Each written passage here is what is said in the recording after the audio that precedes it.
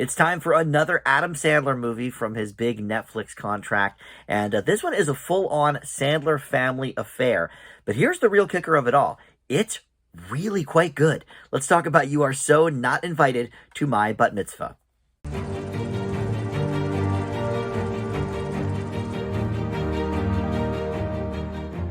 Guys, Dan here. This is Dan Reviews It. Welcome to my spoiler-free review for the new Netflix film, You Are So Not Invited to My Bat Mitzvah. This is based on a 2005 young adult novel of the same name, and it features Idina Menzel as the Sandler character's wife. She portrayed his wife in Uncut Gems, so they're reunited here. But the real Sandler family affair comes into play with his wife, Jackie Sandler, which she's appeared in a lot of his movies and his produced movies. Earlier this year, she was in The Outlaws.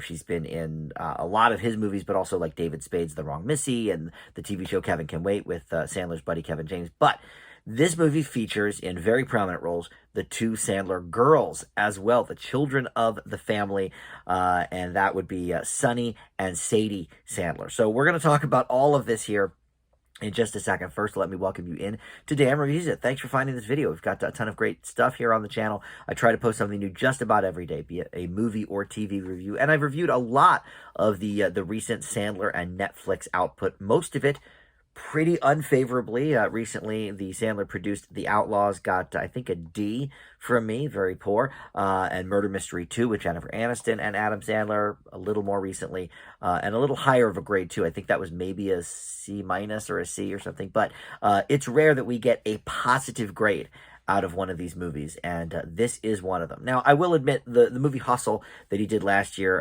was a positive, but you know, that was a drama. I think Sandler in the drama category is a little bit different than what we expect from a Sandler comedy, and this, for all intents and purposes, is a Sandler comedy, although for huge fans of Adam, he is not really in it all that much. I mean, yeah, he's certainly in it, but as a supporting role, really. He plays the father of, well, both his kids in real life, Sonny and Sadie. They play Ronnie and Stacy Friedman. Sonny plays Stacy, and she is sort of the main character here, the focal point, and she is looking forward to her bat mitzvah, and her lifetime friend, Stacy, played by Samantha Lorraine, and Jackie Sandler plays her mother, and the two of them sort of become obsessed with this crush they have on the same boy. Apparently everybody in the school is crushing on this dude, but through that crush, the two have a huge falling out,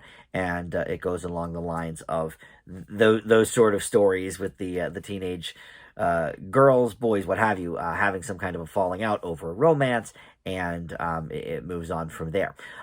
So I was completely unfamiliar with this book, you know, not really in my wheelhouse, but when this movie was about to come out the other day on Netflix, it was at like a 98% or something on Rotten Tomatoes from critics, and I was like, okay, that is unexpected for a Sandler movie. I mean, most of the time they're like below 25%, I would say. You know, Jack and Jill has a 3%. That wasn't a Netflix one, but you know, The Ridiculous Six and a lot of these movies over the years have just not been well received, and by me as well. I you know, there's a few that are in that sort of mildly average range, like the murder mystery films, for example, but most of the Happy Madison productions, at least in terms of the comedies, are way down the tubes for me. But this one is set apart for several reasons. Number one, it does not focus necessarily on Sandler and his shenanigans. In fact, he's not playing any sort of character here. I mean, yeah, he's got a different name, but he's just Adam Sandler doing Adam Sandler, which he does in, you know, probably a lot of his movies, I guess. You know, I feel like the Grown Ups movies are kind of a template of that. And I thought, okay, well, he's bringing his kids into the mix. A lot of times that does not work out so great. I think often of Kevin Smith and his horribly untalented daughter, at least in his movie. She is good on that Freeform show she's in. Is that Cruel Summer? I think it is. But like, she's terrible in anything her father does. So I thought, all right, this is not going to really work out. But I'll tell you what, Sonny Sandler, the older daughter, Sadie, she's whatever. You know, I don't see her making a huge career.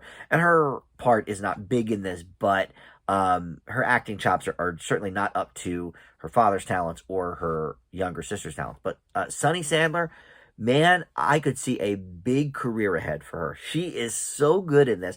And look, is it a stretch necessarily to play a 13-year-old going through her first period and her, crushes and gearing up for her bat mitzvah? No. The real life Sunny Sandler, who is now like I think 14, has already gone through a lot of this stuff, and so maybe it was not that tough to play, but she plays it off really, really well, and she's got really good comedic timing, which, coming from the father, you might expect. But I just kind of didn't. I don't know. When I hear about, oh, this person's putting their kid in the movie or the show, like Johnny Depp's daughter is not very talented either, Lily Rose. So I was sort of bracing for the worst, but then I saw this high Rotten Tomatoes score, went into it certainly with an open mind, but this is really, really, really good. It's probably the best Sandler comedy in, I don't know, 20-some years probably. Probably since like the Big Daddy, Mr. Deeds kind of days. I know a lot of people don't like Mr. Deeds. I always kind of liked it, but yeah, I mean, it's impressive to me, and I think it does help that maybe Sandler is a little more in the background, but it's also realistic. I think part of the problem with a lot of these Sandler movies is they have these very, very outlandish characters, and especially some of the side characters. Your Rob Schneiders, Steve Buscemi comes in and does something silly and wacky, and sure, it lends itself to, I guess, the comedic premise of whatever they're going for. But most of the Sandler movies, I think, are not really that down to earth.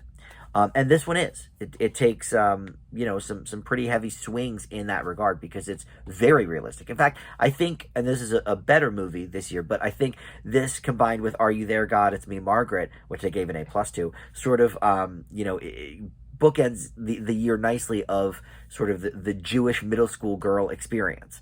And both based on popular books too. So, look, there's a lot of familiar beats here with the storyline, but I think the way we get to those beats is interesting, and I like the performances here. I think Sunny Sandler, being a bit of a revelation is something I did not expect.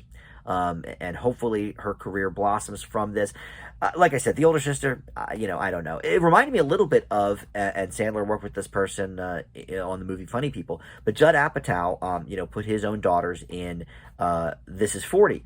And again, I was kind of surprised how good they were, in the movie. And I think, if I'm remembering correctly, the younger one maybe even more so than the older one.